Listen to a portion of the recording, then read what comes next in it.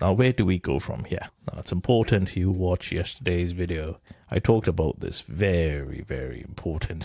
Close the cup here, 5-day, magenta, green, and we also broke out the other green here near to the top. That explains this final push here near that 647. So this was the breakout of that green.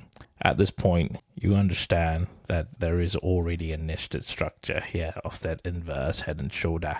And so you have to look out for buying continuation. That's your first priority tomorrow. See if there's buying continuation and see if we close the larger cup. And if the market is kind, we get more structure here before we start breaking up into new highs again. So look out for that. Now, the worst case scenario tomorrow is if we start chopping. Now, there will be certain liquidity levels you need to pay close attention to right there. So if we do chop tomorrow, you just have to be very careful where the 20-day moving average is with this liquidity here. Remember, there's 3 candles I talk about. You still need to pay very close attention to that. It will come in handy, but pay close attention. 5-day moving average will also start to trend up together with this level. So look out for this particular yellow band here as well. Very importantly, and this liquidity wedge. Just be careful on a Friday. Always be careful.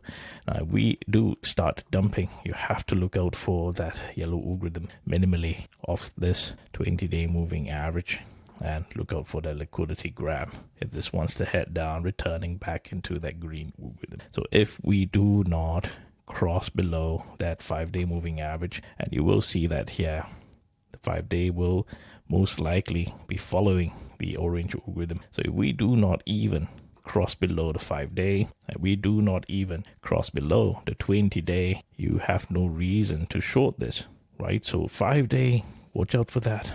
20-day, watch out for that.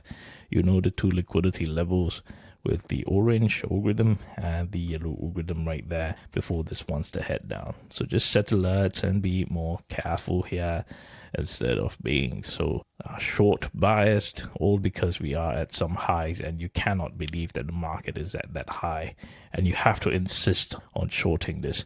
Now you see the problem. It's not rational. Trader structure demands money is there for you to take the money, right? Don't be insisting on your own ways.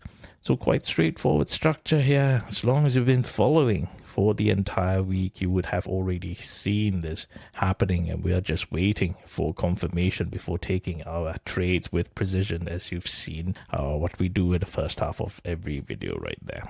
So thank you.